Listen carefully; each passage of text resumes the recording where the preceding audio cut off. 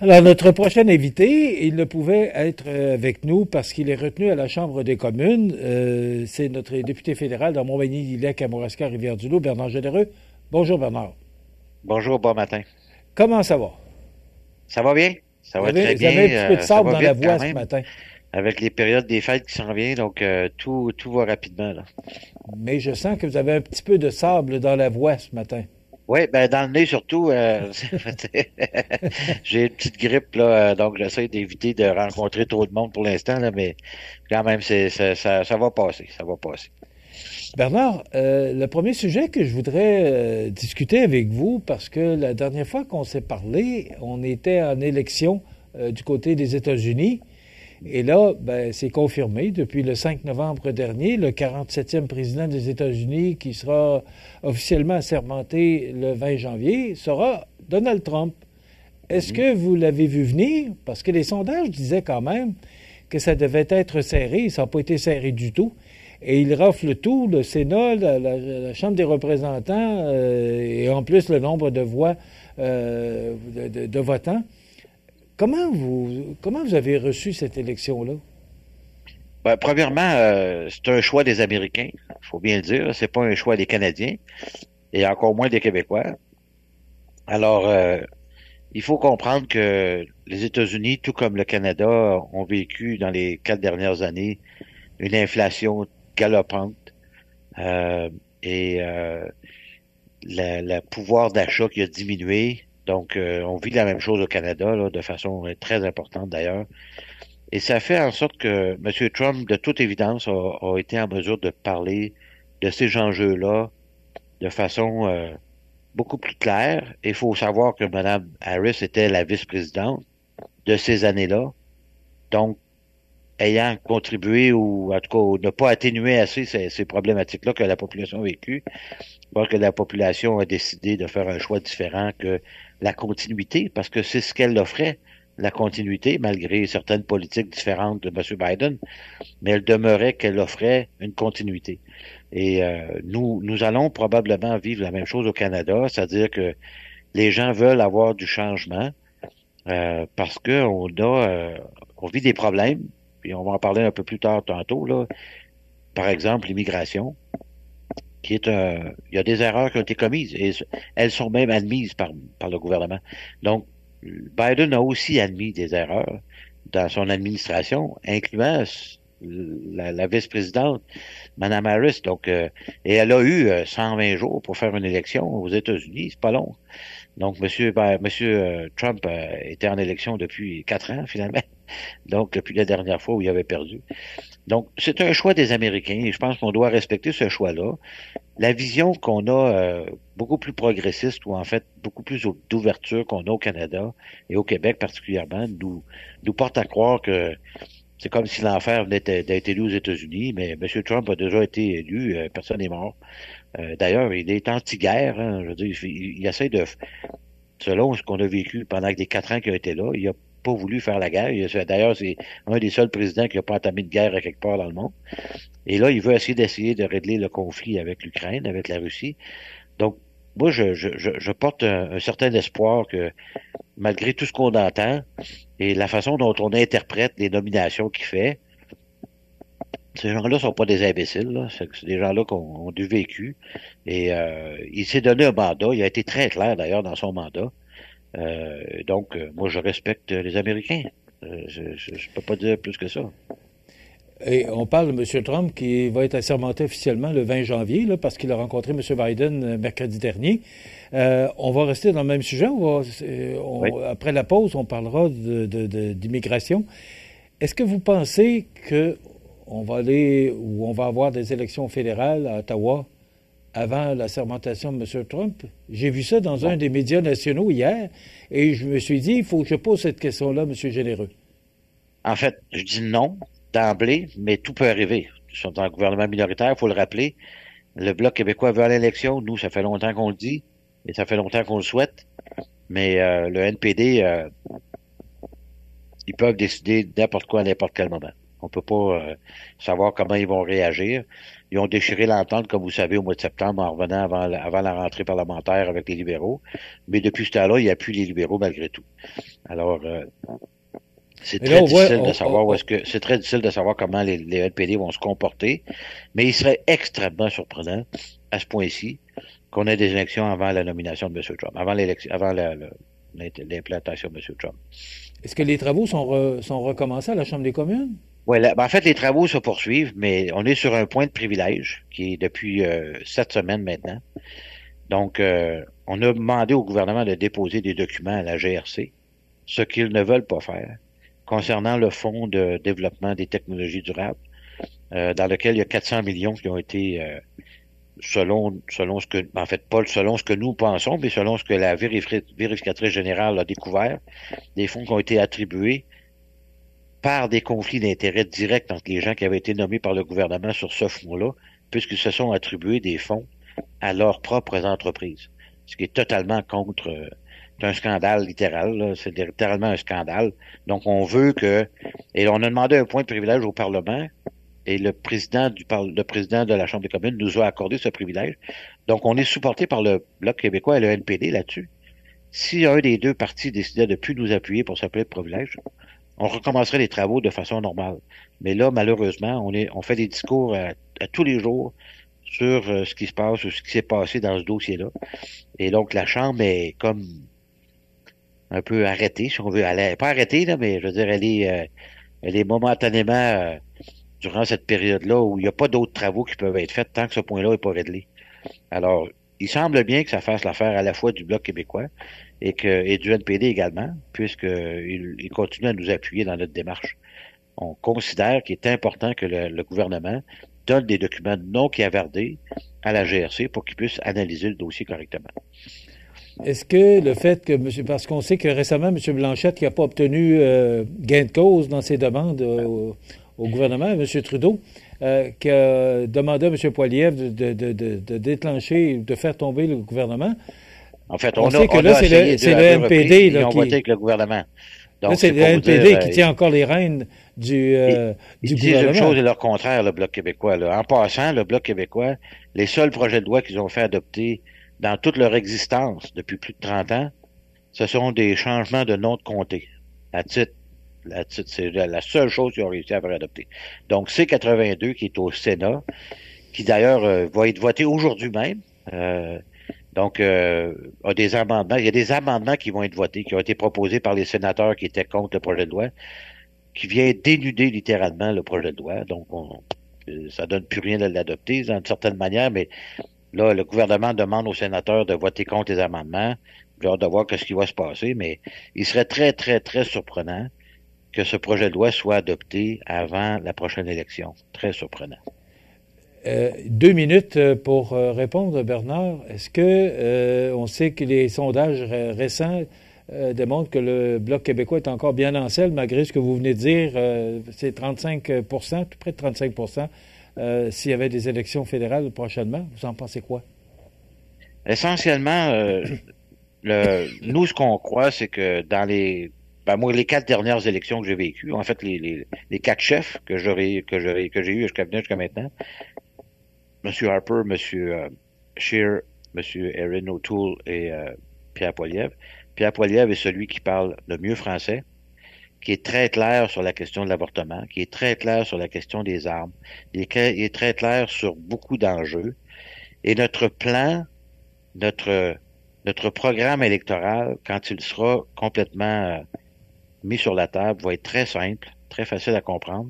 Et essentiellement, on veut remettre de l'argent dans les poches des gens à cause de la crise actuelle. Donc, c'est quand même assez facile à comprendre. Donc, les gens auront un choix qui va être très simple à faire.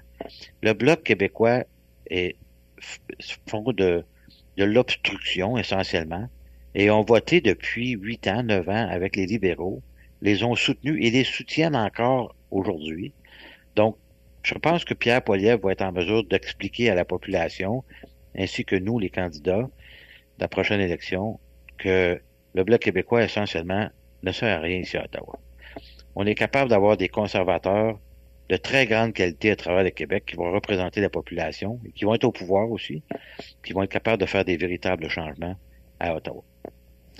On va s'arrêter quelques instants. On parle, après la pause, d'immigration, parce que M. Trudeau Oui. déclarait en fin de semaine qu'il aurait pu intervenir plus rapidement, ce qu'il n'a pas fait. Alors, j'aimerais ça vous entendre là-dessus.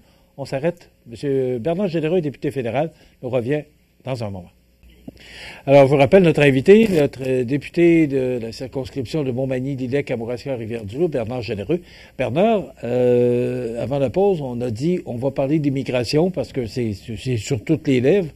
M. Trudeau, Justin de son prénom, parlait en fin de semaine qu'il aurait pu intervenir avant pour éviter tout ce qu'on vit actuellement avec cette poussée d'immigrants dans notre pays. Comment vous avez reçu ça, cette intervention-là de M. Trudeau? C'est une façon à la Trudeau là, d'essayer de sortir du pétrin dans lequel il s'est mis lui-même. Essentiellement, c'est comme le pyromane qui se transforme en pompier pour essayer d'arrêter un feu qu'il a lui-même initié.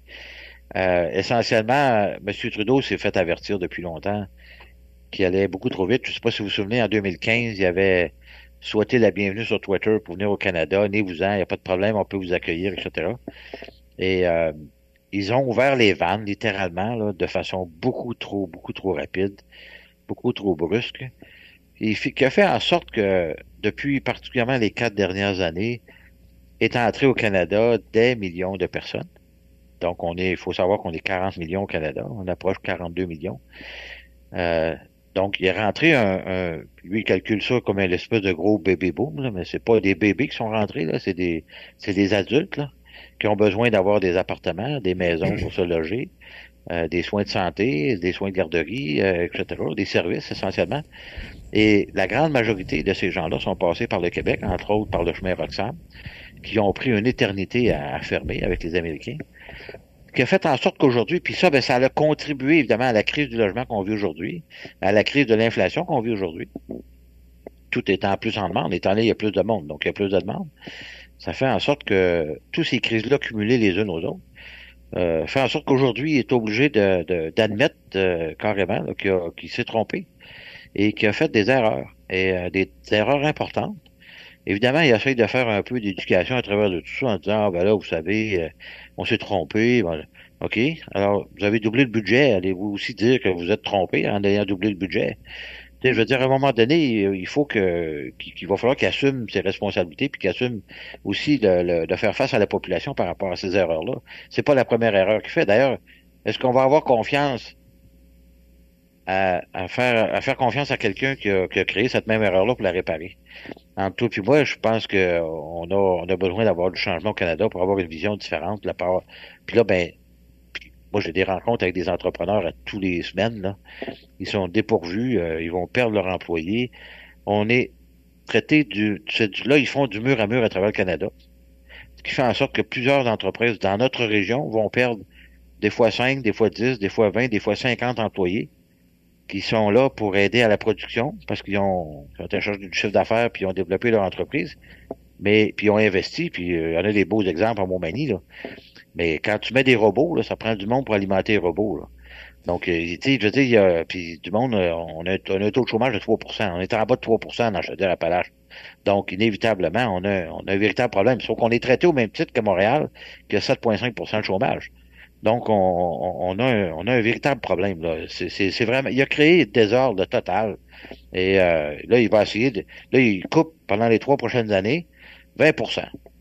At large, bing, bang, boom, là, puis c'est fait tout croche.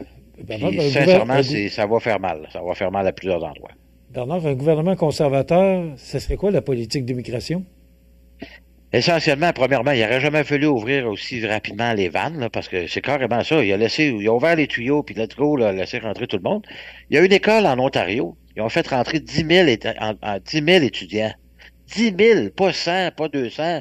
Nous, on en a une vingtaine ici, une trentaine là, dans différents programmes au cégep, dans nos régions, à la Pocatière, à Rivière-du-Loup, à Montmagny. 10 000! Imagine-toi, le gouvernement l'a permis. C'est pas l'école qui a décidé qu'il faisait ça tout seul dans son bar, là. L'école a rentré 10 000 étudiants, dont certains n'ont jamais mis les pieds dans l'école. Ils n'ont jamais étudié, tu t'es rendu compte? Mais C'est quand Bernard, même incroyable quand on pense à ça, là. Bernard, avec l'arrivée de M. Trump, on sait que au niveau de l'immigration, parce il veut retourner plusieurs immigrants dans Oui. leur pays, mais ça risque de répercuter chez nous. Ouais. Ça risque qu'on ait un gouvernement conservateur, bon, avec les sondages. Vous allez faire quoi? On va être beaucoup plus ferme. Ça, c'est certain. La façon dont on va l'appliquer, Oui, on mais ne la sait pas. frontière est longue et elle est grande, là. Ouais, elle est longue, elle est grande, mais elle est surveillée. Mais en fait, on a déjà avisé qu'on allait rajouter des gens à la frontière, parce que se plaignent eux autres aussi qui ont été coupés. Là, en passant, le gouvernement libéral est en train de faire des coupures. Des coupures à large à partir là, ils vont couper 600 postes à Shawinigan pour Revenu Canada. Revenu Canada qui, à matin, là, est sur la sellette parce qu'il il y a des gens qui fraudent, là, comme autant qu'ils veulent. C'est des centaines de millions qu'on perd parce qu'on rembourse des impôts à des gens qui en ont jamais payé, qui avaient pas besoin de. C'est des fraudes organisées, structurées, systémiques, qui fait en sorte que on se ramasse avec on va payer dans des comptes de gens qui se prétendent être des comptables, puis des gens qui font des rapports d'impôts, puis si de l'argent s'en va dans leur compte à eux autres. Alors, ça leur prend une éternité avant de trouver le problème. Mais oui, il va avoir besoin de mettre de l'argent à l'endroit où... C'est la même chose pour les frontières. Regardez la page, la front page front page du Journal de Montréal, Québec, un matin. Les autos les plus volées au Canada. Pardon. Donc, tu sais, il y a toutes sortes de problèmes. Il faut que l'argent s'en aille à la bonne place, malheureusement. C'est pas ça. Puis écoute, il y a 100 000 fonctionnaires de plus au Canada. 108 000 depuis 10 ans, là. Donc, ils sont où? Ils font quoi? Je veux dire, il va avoir besoin de recentrer la façon dont on travaille au Canada pour surveiller nos frontières, surveiller les importations, les exportations de ce qui s'en va aussi dans les containers à travers les ports du pays, parce que les autos s'en vont directement dans les ports, dans les containers pour s'en aller dans d'autres pays. Là, les vols d'auto, puis pourquoi il y a autant de vols d'auto? Les gens qui les volent se font arrêter, ils s'en vont, ils payent une caution, ils s'en retournent dans le chemin, puis ils revolent d'autres chars. La loi que le C5, particulièrement le C25 que M. Trudeau a mis en place, permet aux juges de les faire passer les après-midi à écouter Netflix à la maison. Alors, qu'est-ce que tu penses qu'ils font? Ils s'en retournent dans la rue, puis ils vont voler d'autres chars. Les lois ont été amoindries. Et c'est beaucoup de lois comme ça ont été passées par les libéraux. Puis là, écoute, il y en a toute une série. Là. On veut ramener le travail au Canada, exporter nos matières premières. Donc, il y a tout un travail qui va être fait. D'ailleurs, on va être extrêmement clair. D'ailleurs, Pierre Poilievre l'est déjà très clair par rapport à ce qu'on va faire. Puis les gens ils n'auront pas de soucis. Ce qu'on va annoncer, on va le faire, puis on va le faire vite. Bernard, il nous reste 2 minutes. L'achat local, les marchés de Noël, parce qu'on ramène Oui, ça à notre économie à nous, qui fonctionne bien. Je pense que ça va bien, malgré que les taux d'intérêt, l'inflation, ça affecte nos bien. entreprises. Et hier, je recevais La capacité d'achat des individus. Écoute, les coûts de l'alimentation, entre autres. Savais-tu que même dans notre comté, là, mettons Kamouraska, il y a une augmentation faramineuse du nombre d'utilisateurs, là. Tu sais, c'est un signe, là. C'est un signe que les gens, même qui travaillent, c'est pas des gens qui ne travaillent pas qui vont là maintenant, c'est des gens qui travaillent qui vont là également, parce qu'ils sont même plus capables de payer l'ensemble de leurs factures. Donc, c'est une réalité. Donc, évidemment, oui, mais l'achat local, comme tu dis, c'est important, puis ça fait drôle, c'est un peu paradoxal, mais le fait que les gens ont de la difficulté, ils vont peut-être aller moins loin pour magasiner, donc ils vont magasiner un peu plus local. Et un des beaux endroits pour magasiner, pour aller chercher des cadeaux de Noël, c'est des artisans et des artisanes de notre région qui font les salons de Noël un peu partout sur le territoire. Il y en avait une dizaine la semaine passée. Il y en a dans toutes les semaines là, d'ici Noël. Je pense que c'est la Pocatière en fin de semaine. Là, c'en est un gros, ça là. Il y a une quarantaine de 40, si c'est pas 50 exposants.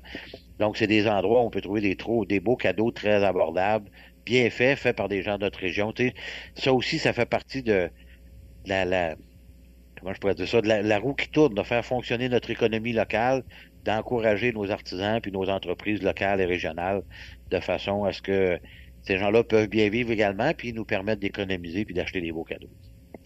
Bernard, c'est tout le temps qu'on a. Merci. On va se revoir quelques jours avant les fêtes. Oui, Vous serez avec nous en studio. Alors, en attendant, on va souhaiter que votre rhume se passe parce que vous semblez J'ai l'impression que vous avez une grippe un d'homme. peu congestionné. J'ai l'impression que vous avez une grippe d'homme parce que vous me semblez très affecté. Ça va, ça va, ça va. J'ai l'impression que je viens de te la donner, là. On dirait que t'es grippé, toi aussi, là. Oui, ben, à distance, c'est moins dangereux. Ouais. Bernard Généreux, député fédéral, merci d'avoir été avec nous. Puis on se revoit au mois de décembre en studio ici à CMA TV. Merci beaucoup, Michel.